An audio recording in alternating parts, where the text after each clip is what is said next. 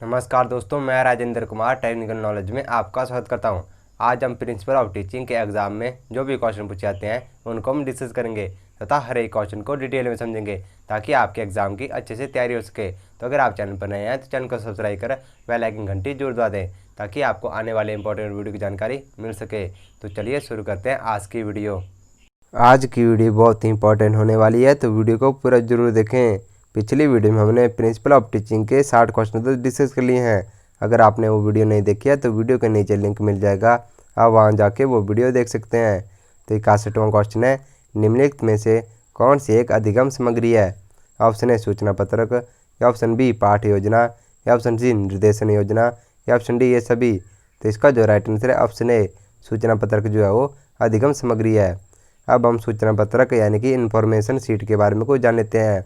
तो एक टीचर या फिर इंस्ट्रक्टर किसी भी स्टूडेंट की व्यक्तिगत जानकारी का रिकॉर्ड रखने के लिए एक इकाई द्वारा एक सूचना पत्रक दिया जाता है, उसे जो है इन्फॉर्मेशन सीट कहते हैं। 62वां क्वेश्चन है, WIM जिसे कि रिटन इंस्ट्रक्शनल मटेरियल भी कहते हैं, तैयार करते समय किन कारकों को ध्यान में रखना चाहिए? ऑप्शन ए प्रशिक्षुओं का स्तर, या ऑप्शन बी स्पष्ट उद्देश्य, या ऑप्शन सी जानकारी के स्रोत, या ऑप्शन डी ये सभी।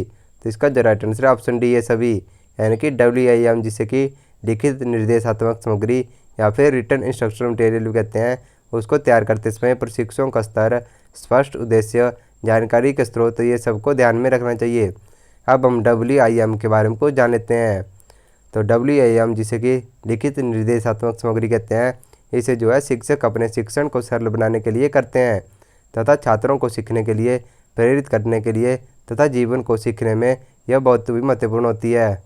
63वां क्वेश्चन है, WIM में M से अभिप्राय है? ऑप्शन ए मनी, या ऑप्शन बी मटेरियल, या ऑप्शन सी मैनेजमेंट, या ऑप्शन डी माल फंक्शन। तो इसका जो राइट आंसर है ऑप्शन बी मटेरियल है, यानी कि WIM जिसकी फुल फॉर्म होती है रिटन इंस्ट्रक्शनल मटेरियल, और इसे हिंदी में बोलते हैं लिखित निर्देशात्मक सामग्री। इसमें जो M से अभिप्राय होता है मटेरियल से है।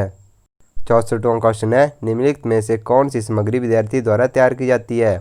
ऑप्शन ए लेसन प्लान जिसे कि पाठ योजना कहते हैं, या ऑप्शन बी इन्फॉर्मेशन सीट जिसे कि सूचना पत्रक कहते हैं, या ऑप्शन सी ऑपरेशन सीट जिसे कि परिचालन पत्रक कहते हैं, या ऑप्शन डी डेली डायरी। तो इसका जो राइट आंसर है ऑप्शन डी डेली डायरी जो है वो विद्यार्थी द्वारा तैयार की जाती है।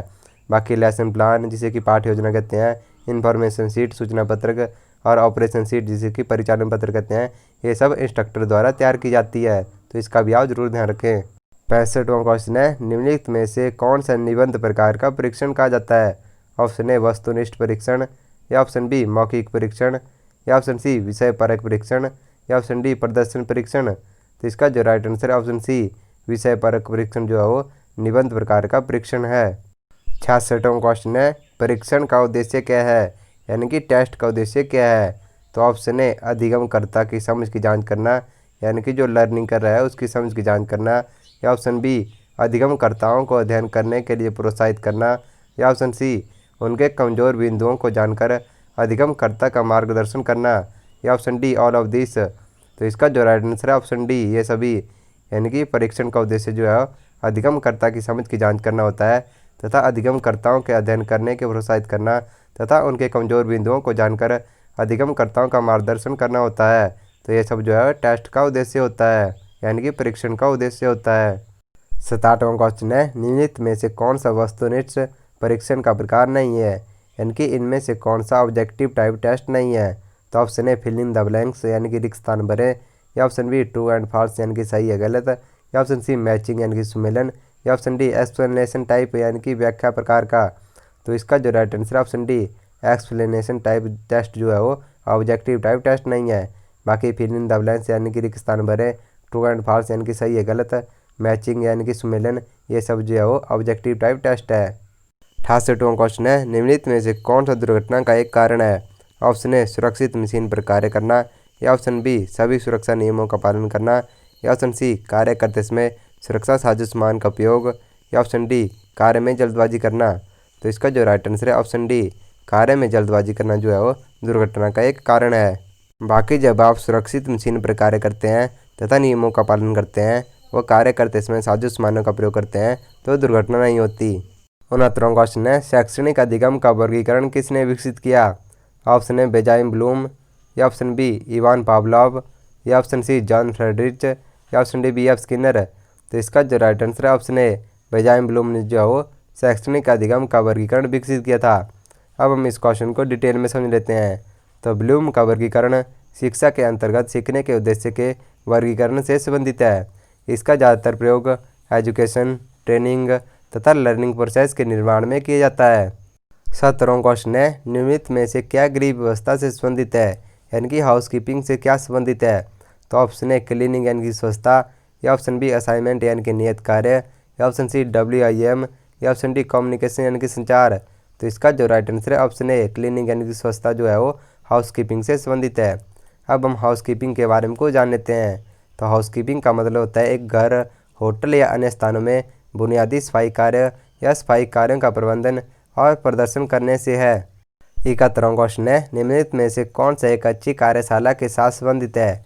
ऑप्शन ए फायर एक्सटिंग्विशर यानी कि अग्निशामक, या ऑप्शन बी फर्स्ट एड यानी कि प्राथमिक चिकित्सा, या ऑप्शन सी सेफ्टी बोर्ड यानी कि सुरक्षा बोर्ड, या option D all of this यानी कि ये सभी। तो इसका जो राइट आंसर है ऑप्शन डी अग्निशामक के अंतर प्राथमिक चिकित्सा सुरक्षा बोर्ड जो है वो एक अच्छी कार्यशाला के साथ संबंधित है। 72वां क्वेश्चन है, निम्नलिखित में से कौन सा एक अच्छे परामर्शदाता का गुण नहीं है, यानी कि काउंसलर का गुण नहीं है। काउंसलर को सलाहकार भी कहते हैं और परामर्शदाता भी कहते हैं। तो ऑप्शन ए उसे सहानुभूतिपूर्ण होना चाहिए, या ऑप्शन बी उसे स्वाभाविक होना चाहिए, या ऑप्शन सी उसे एक अच्छा प्रेक्षक होना चाहिए, या ऑप्शन डी उसे समानुभूति रखने वाला होना चाहिए। तो इसका जो राइट आंसर है ऑप्शन ए उसे सहानुभूतिपूर्ण होना चाहिए। ये जो है वो काउंसलर का गुण नहीं है। और जो उसे स्वाभाविक होना चाहिए, उसे एक अच्छा प्रेक्षक होना चाहिए, उसे समानुभूति रखने वाला होना चाहिए, ये जो है वो काउंसलर के गुण होते हैं। सहानुभूति इसलिए नहीं होगा क्योंकि वो दया भावना वाला नहीं होना चाहिए, और जो है समान रूप से सबको देखे ऐसा जो है सलाहकार होना चाहिए। तो इसका भी आप जरूर ध्यान रखें। 73वां क्वेश्चन है, एक शॉर्ट विश्लेषण में डैश को छोड़कर निम्नलिखित सभी अवयव शामिल हैं, यानी कि दिए गए नीचे ऑप्शन में से किसी एक ऑप्शन को छोड़कर बाकी सारे जो है वो शॉर्ट अवयव में शामिल हैं। तो ऑप्शन ए विलिंगनेस, या ऑप्शन बी स्ट्रेंथ, या ऑप्शन सी अपॉर्चुनिटी, या ऑप्शन डी थ्रेट। तो इसका जो राइट आंसर है ऑप्शन ए विलिंगनेस को छोड़कर बाकी तीनों जो है वो शॉर्ट अवयव में शामिल है। अब हम शॉर्ट के बारे में कुछ जान लेते हैं और इसकी फुल फॉर्म क्या होती है ये भी जान लेते हैं। तो शॉर्ट की फुल फॉर्म होती है strength, weakness, opportunity and threats. Hindi में इसका मतलब होता है ताकत, कमजोरी, अवसरों और खतरों का विश्लेषण करना। ये जो है वो शॉर्ट कहलाता है। इसका भी आप जरूर ध्यान रखें। 74वां क्वेश्चन है, स्थिति और अनुभव में किन्हीं विशेष पहलुओं पर गहराई से ध्यान केंद्रित करने को डैश कहा जाता है। ऑप्शन ए जांच पड़ताल, या ऑप्शन बी सामना करना, या ऑप्शन सी व्याख्या करना, या ऑप्शन डी स्वतः प्रकटीकरण। तो इसका जो राइट आंसर है ऑप्शन ए स्थिति और अनुभव में किन्हीं विशेष पहलुओं पर गहराई से ध्यान केंद्रित करने को जांच पड़ताल कहा जाता है। 75वां क्वेश्चन है, निम्नलिखित में से कौन सी विशेषता एक उद्यमी के लिए उपयोगी नहीं है, यानी कि एक व्यवसायी के लिए कौन सी विशेषता जो है जरूरी नहीं है।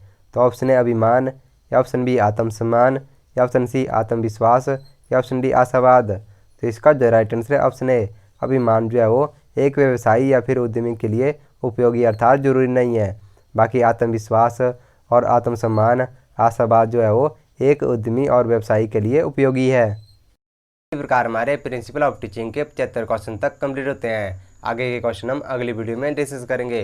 तो अगर आपको वीडियो अच्छी लगी हो तो वीडियो को लाइक, कमेंट और शेयर जरूर करें तथा चैनल को भी सब्सक्राइब कर लें ताकि आपको इंपॉर्टेंट वीडियो की जानकारी मिल सके। तो मिलते हैं जल्दी नए वीडियो के साथ। तब तक के लिए जय हिंद, जय भारत।